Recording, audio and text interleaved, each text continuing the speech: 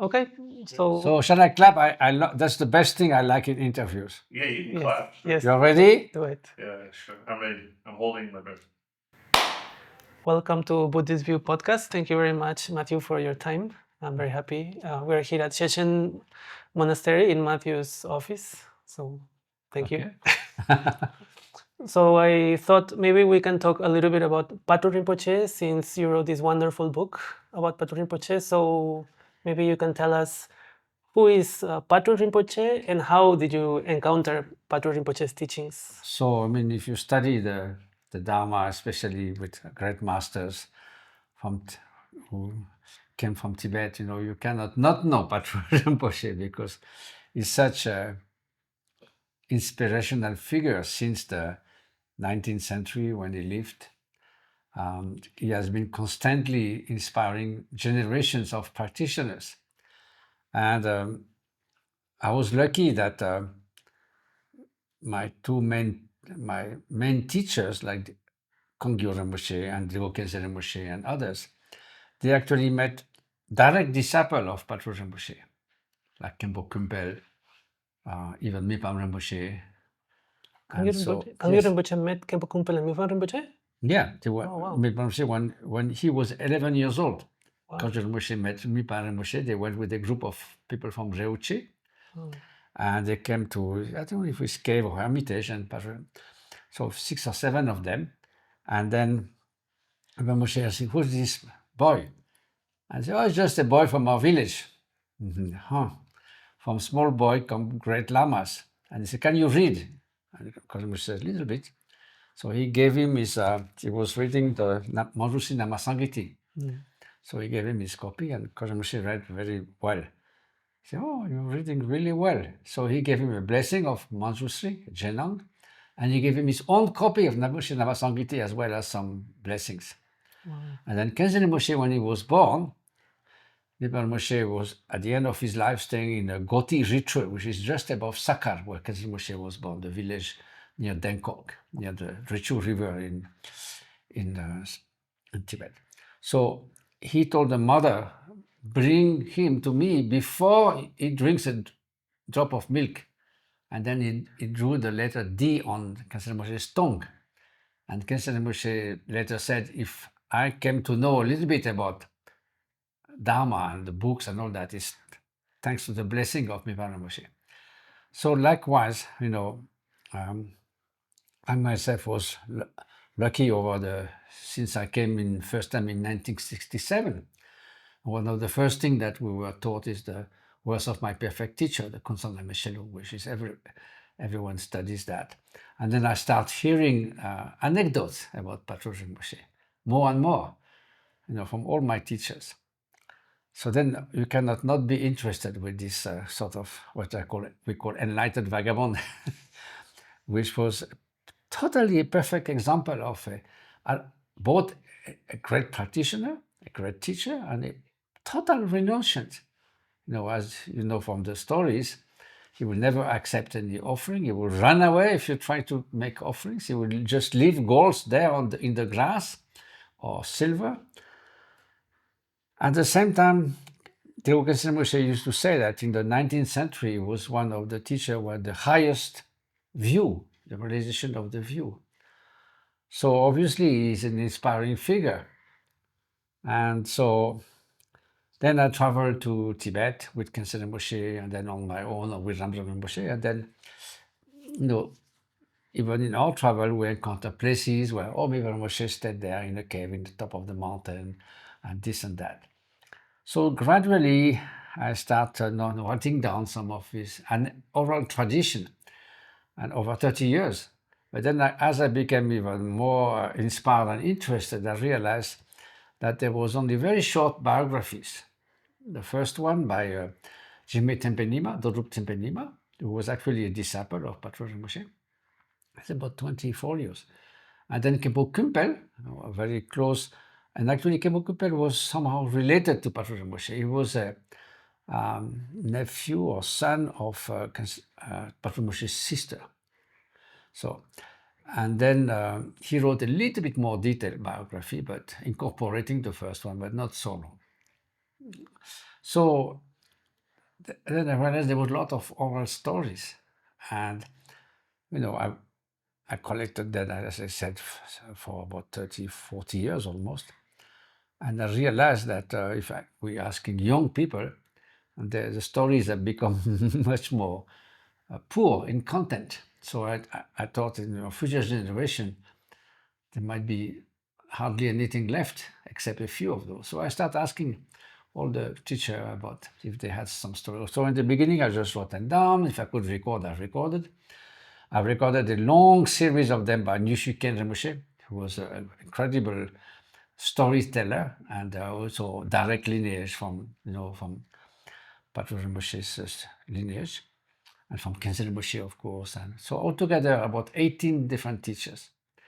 So at some point, about 20 years ago, it's quite a lot. So I gave it to some friends to edit in my English. And they took 20 years. And they clearly didn't finish because there were a lot of other works, they were translated. So thanks to that, I could collect much more stories. And not only that, but visit Patrul Rinpoche's place. Besides those, I obviously visited with my teachers, but I purposely went places to look for some of those places. Some have been almost forgotten. There's a place called Arinak, a forest near Dodrup Gar Monastery in Golok. And it was very hard to find. Finally, I found it, and they said, yes, there's still some retreatants there, but it was not obvious. So I guess, again, in future generation might get lost. So then at the end, I said, okay, now it's time. So we put it nicely together. And I used the Dorub Tempe Nima's, Khenpo Kumpel's biography, almost all translated in the Enlightened Vagabond, and try to place the stories, because they're great distance. That time they're walking. Patrul Rinpoche is walking, he's not riding horse. Of course, there's no cars. So, if he says he's in Zamtang, or if he says he went to Dzongsa to meet Khyentse Wampo, well, it takes a month walk to walk. So if you see on the map how the story are, then you can roughly place them in time also, you see. And also when he meets people, like Thubten Chöling, you can see when did he live. And Patrul Rinpoche went with the Khenpo Pema Benzal, Pema Dorje from Dzogchen. So you look all the dates, and so where approximately can it be before those passed away? For instance, one time he went on foot to Amdo to meet Shapka. And he said, I have nothing to ask him, but I want to see the face of compassion. Then halfway, he heard that Shapka passed away. So he made a prayer for his rebirth. Then he said, when he was in the place called Tse, it's somewhere in Golok Amdo, where people were eating a lot of insects. So he said, if he's a bodhisattva, he should be reborn there. So then there was a Tse Patrul, incarnation of Patrul found later. So we know the date of when Shapka passed away. So then on the way back, you see where, if some story happened nearby, you can place them there. So, of course, I'm sure it's not perfect, but at least it makes some sense to order them like that.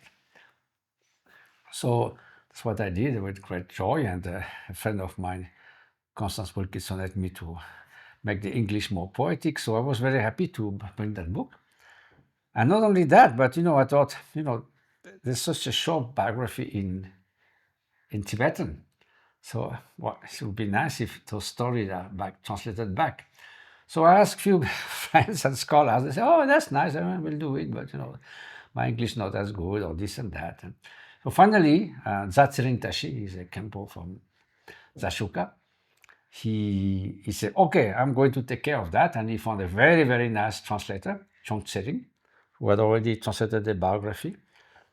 So they did a very nice translation, and Khyentse Rinpoche, being from Zashuka, where Patrul Rinpoche was mostly roaming around, and they could put something in local dialect and all that. So I had a volume now in Tibetan, so I'm very happy about that. And it was they did a sort of print in in Chengdu, and it's spread quite a lot in Tibet. I went to Sami Monastery last July, and they say, "Oh, a wonderful life of Patrul Rinpoche." So I'm very glad that it's also appreciated, because it's not, a very, how to say, heavy biography with a lot of list of teachings received, given, and all this thing.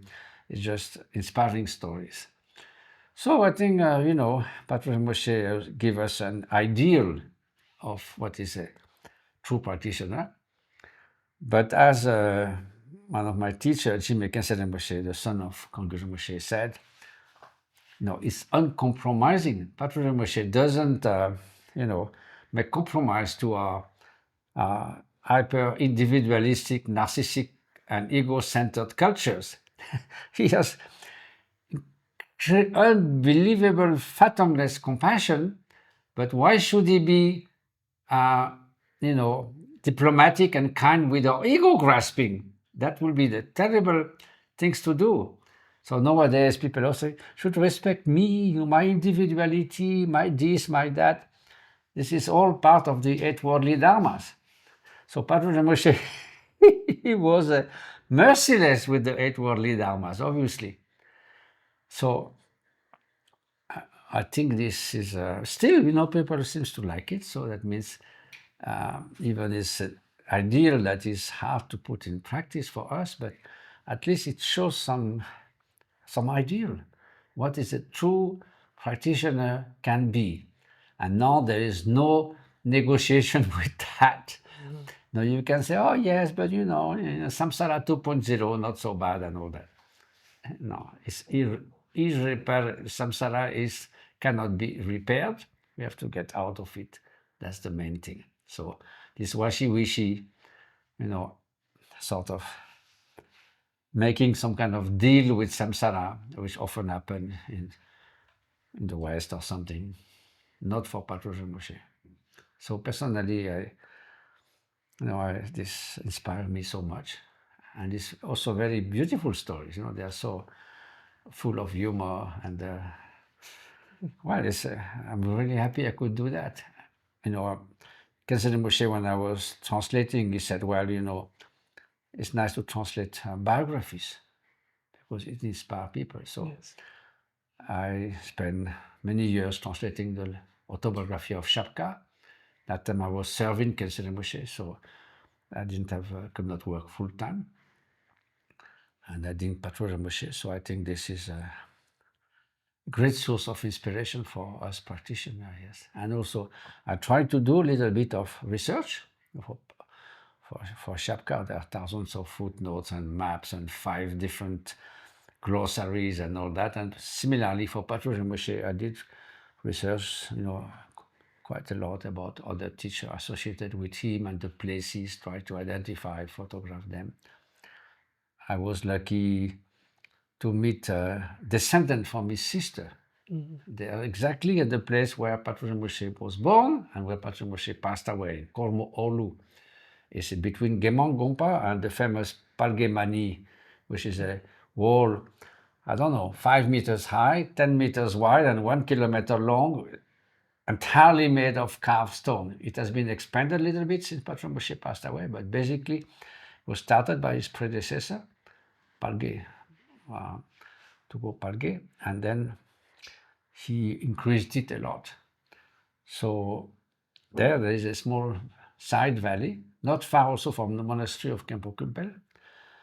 And there I found the descendant of his sister, and they had very precious objects like the bellows, which Patrul Rinpoche was carrying with him to make fire. No, it's not a bellow like that, actually. It's a sheepskin, and you do like this. And then there was his cattle, and then there was a tanka of Gyaltsen Gyaltsen Nyogu, which is teacher, a small tanka, which he took everywhere where he went, and his chogo, his dharma robe.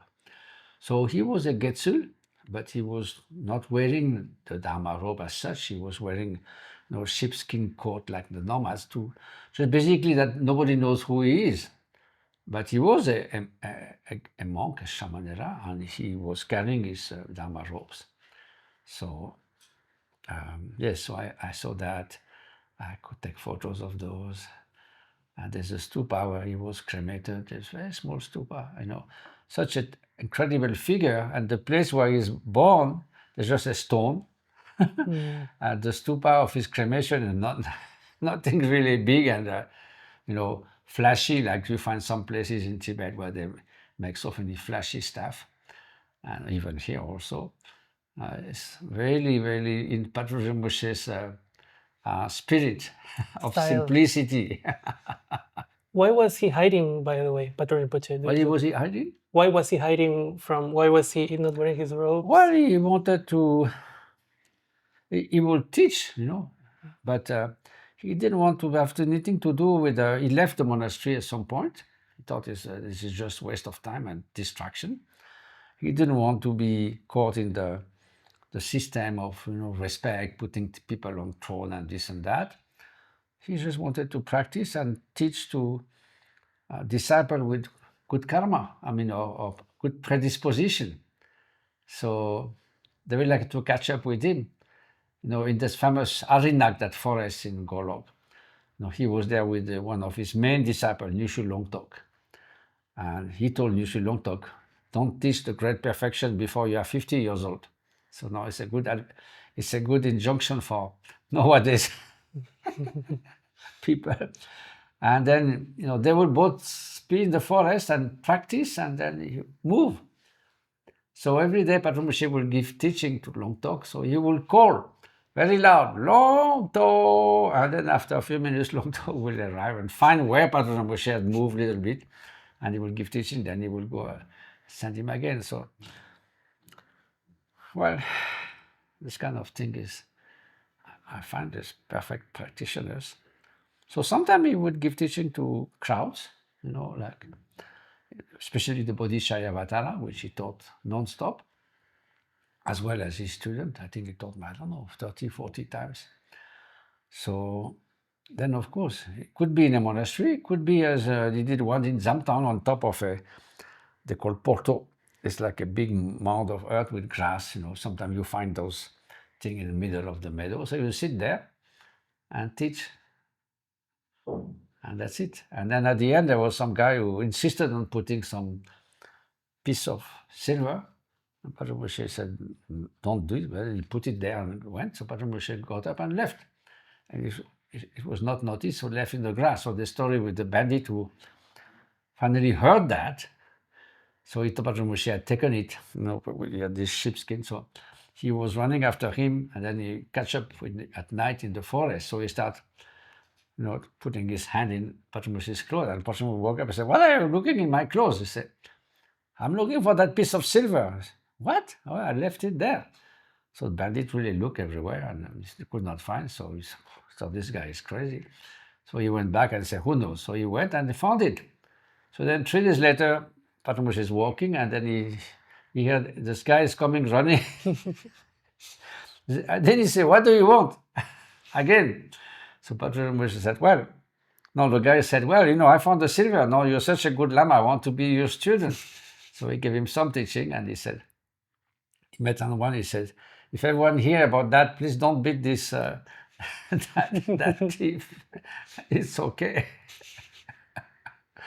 So like that. So who cannot not be inspired by that in those modern days where, there's so much,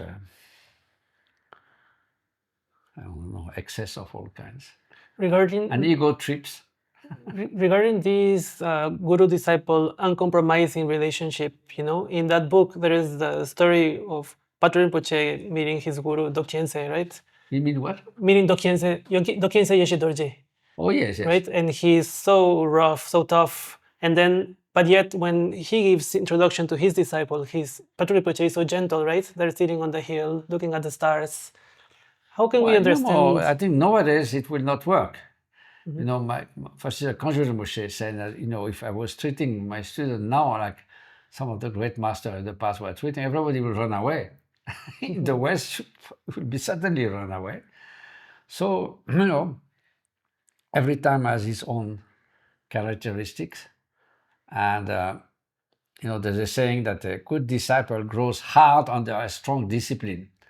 But nowadays, you have to be careful about strong discipline, because also it can easily be confused with sort of some kind of abuse of power. So I'm sure Dokensei Ishe Dorje would not do that to ordinary students, and today they will take him to court. So it's completely different from being violent and abusing students, as is often happen now in Dharma centers, and it's absolutely terrible, because visually it's a self-centered motives from the teachers. It's egoistic to fulfill their wish, their thirst for power, for money, for whatever.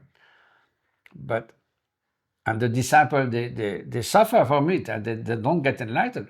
So the point with the right teacher and the right student, like Tilopa and Naropa and Ishe Dorje and Patrul Rinpoche, is that when the Ishe Dorje hit Patrul Rinpoche on the head, saying "mad dog," Patrul Rinpoche basically recognized the nature of mind. So everybody is happy. He's not kicking off his students just out of bad mood or egocentricity or whatever to dominate them. It's a completely different situation. So I'm sure if those students who sometimes have been abused in the West, if they were getting enlightened through that, then they will not complain either. So it's a completely different situation. Yeah. And also different degree of maturity. When Patrul Rinpoche introduced Long Talk to nature of mind, I've been there. It's above Dzogchen Monastery in Kham. You climb it's quite steep, and then about, 500 meters above Dzogchen Monastery, the climb goes to a little meadow. So it's called, I forgot I forgot the name, I'm getting old. Anyway, they were just lying down there, and you can see the monastery far behind, yes. Ngamung is called. So then they were sleeping at night, looking at the stars, and Patrul Rinpoche said, "Longto, do you see the stars twinkling?" And he says, "Yes." "Then do you hear the dogs barking at Dzogchen Monastery?" He said, "Yes." "Well, that's the nature of mind. So you say that to anyone, there's nothing happen." Say, what? But Nushu Longto was the right time, the right moment, the right circumstances with his teacher, and he realized the nature of mind. So when things comes at the right time with the right karma, the right mature student, the right enlightened teacher, then those things happen. But I guess you would say that to someone, just anyone now, they say, "What? What are you talking? What are you talking about? The horns in the traffic jam in Hong Kong? Or what? The nature of mind? What?" So it all depends on the circumstances. Why was Patrul Rinpoche so in love with the Bodhicaryāvatāra? Can we say Well, they said he was incarnation of Shantideva, Charnezi, okay, fine, but he was Patrul Rinpoche as a living being. Well, because, compassion is the royal path. Without compassion, you get nowhere. So he could clear, and also not only that, it's not just compassion, but if you look at the 9th chapter, for which Mipham Rinpoche wrote this Norbukitaka's commentary, and when Patrul Rinpoche saw that, he said, "Oh, that's what I thought, that's Shirisinga." It was direct, transmission from Patrul Rinpoche's views. Did they meet? So it's also very, very profound. But also this is the part of the Bodhisattva. We say that if we achieve the first bhumi, we see reality as it is. But then to go from the first to the 10th, and it is the strength of compassion and merit that comes from compassion. So that's what makes the difference. So like Dushan Rinpoche once said, there are many teachers with high realization, but what makes a very great teacher is the magnitude of his or her compassion. That's clear. Look at this. Chinese Dalai Lama teaching the Bocha all the time and teaching compassion and meditating on compassion and teaching compassion for all his life. Once I was doing 1 year retreat, and I had to interrupt for a month because my father was dying, so I accompanied him for 15 days in the hospital. Then His Holiness was coming to teach in Brussels, so I went to interpret just for a few days. Then I was going back to my retreat place, and I told him, I'm going back in retreat for another 6 months, and then I have any advice. He says, in the beginning, meditate on compassion. In the middle, meditate on compassion. In the end, meditate on compassion. So that's Patrul Rinpoche's line, you know, sort of lineage. And the Chunjuk lineage, of course. So, what else to say? What's your favorite text composed by Patrul Rinpoche? Well, there are many. All these, there's 6 or 7 volumes, depending the edition. Of course, there is one that Khyentse Rinpoche used to teach about to help the student to understand the nature of mind, which is the 3 sentences that hit at the crucial point. So I must have received, I don't know, 6, 7 times those teachings, recorded them. Someone transcribed them in Tibetan also, Central Rinpoche. So that's the teaching of Patrul Rinpoche that I received most, yes. And then, of course, the words of my perfect teacher, Khyentse Rinpoche gave many times the transmission. And also I translated, Khyentse Rinpoche taught twice the Tokta Parsum Kewaitam, which we translate in English as the heart treasure of the enlightened one, Tampan Ning Nor. And then I think this is such a wonderful, wonderful teaching. So I translated from, I sort of put together the 2 recordings and then translated from both, completing some places. And that's one of the most precious things I could do in terms of translation. And everything is there, although it's based on the 6-syllable mantra of Chenrezig, but everything is there, you know, how to get renunciation of samsara, taking refuge, generating bodhicitta, how to deal with the 5 kleshas, the disturbing, the afflictive mental states. It's all there. Also introduction to nature of mind, how to put that in practice. Now in this short text, it's all there. So that's, of course, I work a lot on that text to bring it to its final form. So it has been very important for me.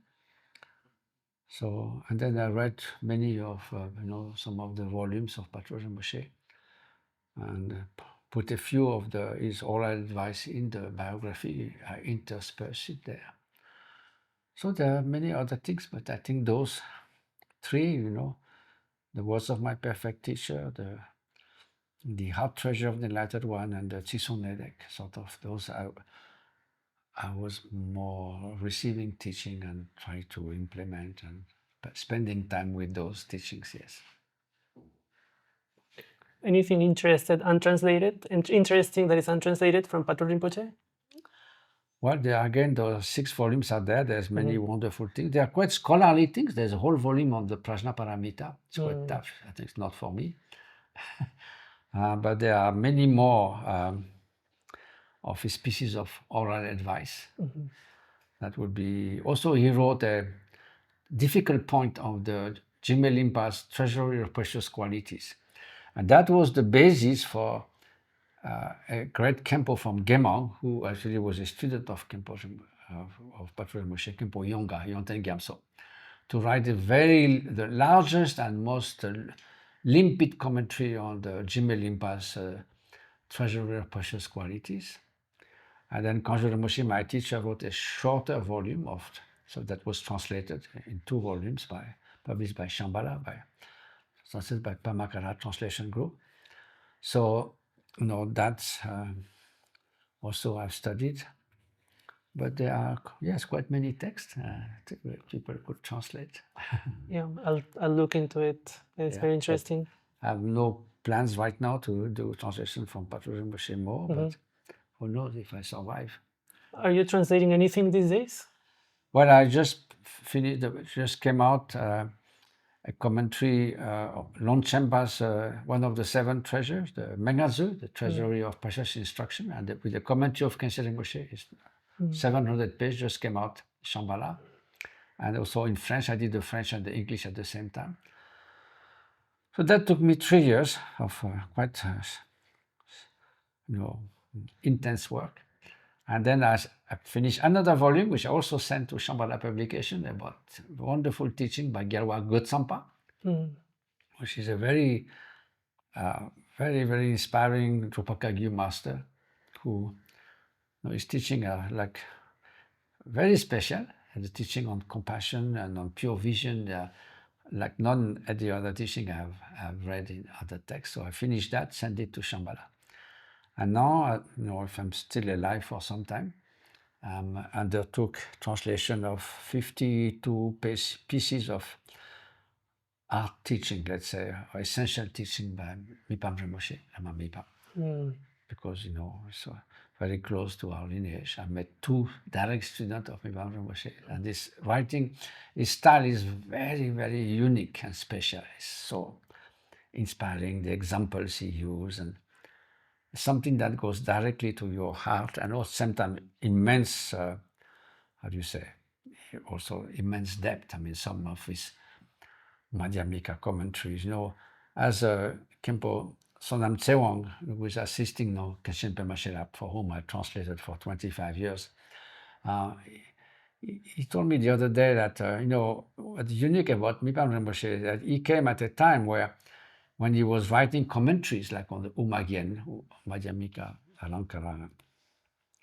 Actually, he could benefit from centuries of, writings, all the writing of Losong Pandita, Longchenpa, Tsongkhapa, Sakya Pandita, Gorompa, anyone you can imagine, and all the different debates between the different interpretations of Madhyamika and Prajnaparamita. So being of incredible insight, and also at the same time he had read all of that. And when someone asks you, how learned are you? We said, well, it's a bit like Losong Pandita, It's not that I have read so many things, but when I read it once, I remember it very clearly. So he said that he composed this Geshe Drume, the beacon of certainty, when he was, some people say 13, some people say 16, but anyway, certainly in his teenage. It's such a profound teaching, incredibly profound. So, like Longchenpa, at 20 years old, you can say basically when he after spending a few years with Kumareja when he was 25, 26, he had a full ultimate realization. So when people say, as his style evolved with time, like a novelist, doesn't make any sense. He could write anything he wanted for particular purpose. He declares in the beginning of the teaching, this is written for certain kind of student, and that's what he writes it for. It's not that his style is getting deeper and deeper. So some people said, the Tekshozhe, which is his most complete and profound about all the aspects of great perfection, Teksho, Turgal, everything. He says in the biography that he wrote it to when Kumaraja passed away, his main teacher. He was in Konritoka, and Longchenpa was in Konritoka. So to make sure that the lineage teaching of his teacher didn't disappear. So he was 36 then, Longchenpa. So people, impossible, it's so deep, it must be one of the last. Einstein found everything when he was 20, in his late 20s. So Longchenpa, he could do anything he wanted. Like Jean-Sebastian Bach about writing music every week. It was a piece of genius, He didn't get better when he got old. So it doesn't make any sense. So Longchenpa was writing to benefit beings. So that some people say, Mengaze, it's not so deep and all that. Well, it's sort of a graded path, so that you can really, through your direct experience, come to the ultimate view. Otherwise, as both Khyentse Rinpoche and Rinpoche, when they were teaching this text, said, if the view is very high and the disciple is not at the level, they don't communicate. So you can speak Dzogchen all the time. If the person has no direct experience of it, there's no match. So it's all intellectual sort of aestheticism and curiosity, and it sounds very beautiful and very nice, but it has no transformative effect. So that's why Longchenpa, in the Mengazo, he wrote things to bring slowly his students to that understanding. Otherwise, it's like giving solid food to a 6-month-old, no, they cannot digest. That's what Khyentse Rinpoche was saying. Yeah. Good. Any last remarks? Huh? Any last remarks? Any last remark? Last comments? Anything else you want to share? About Patrul Rinpoche? Anything? Anything. Well, I think we should just try to, whether we practice, we study, we translate, check our motivation. Why are we doing that? So to serve others, to serve the Dharma. And yes, so do our best, never leave something in doubt. I started translating the first text I did. I published it anonymously. It was the Mountain Dharma of Thubten Rinpoche. I didn't sign it. I already said something like a crazy vagabond or something. So since then, I've been now more 55 years. Now, whenever I translate, I make a whole list. Whenever I have the slightest hesitation, not that I'm very good, I'm not good at grammar and all that, but I'm reading a lot, receive a lot of teaching, so I have some experience, exposure, even though I'm not very gifted. But I never try to translate something just by even educated guess. When I have slight hesitation, I make notes on a notebook, and then I go to whoever I trust most and ask question. And unless it's clear, I don't feel comfortable. So you can always guess, more or less well. If you have read a lot, sometimes your guess is correct, but it could be wrong. And it's too much of a responsibility. So I think that's why it's important to always clear your questions and not be too brave in interpreting if you're not sure. If it's obvious, if they, oh yes, that's fine. Okay, thank you so much. Thank you so much. Yeah, thank you so much, Matthieu. I really appreciate your time. Okay. Voila. Now, get back the mic. I have one more short question. Is there any, within the teachings of the Nyingma in general, are there shamatha and Vipashyana presented in the same way like in Kagyu Buddhism? Or there is a very nice teaching by Jamgon Control that comes from this Sheshazu, the treasury of knowledge, about Shamatha Vipashyana at all levels of the 9 vehicle. This is so interesting, like we don't care in visualization what is Shamatha Vipashyana, up to Dzogchen. It's very interesting. The Shiatsu. But otherwise, Shamatha Vipashyana, the way it's taught in the sutra with all that, I never met anyone in Tibet who is just doing that. Once Alan Wallace asked me to look, and he said there's nobody doing that. They all incorporate that and eventually unite the two. So it is there at all levels.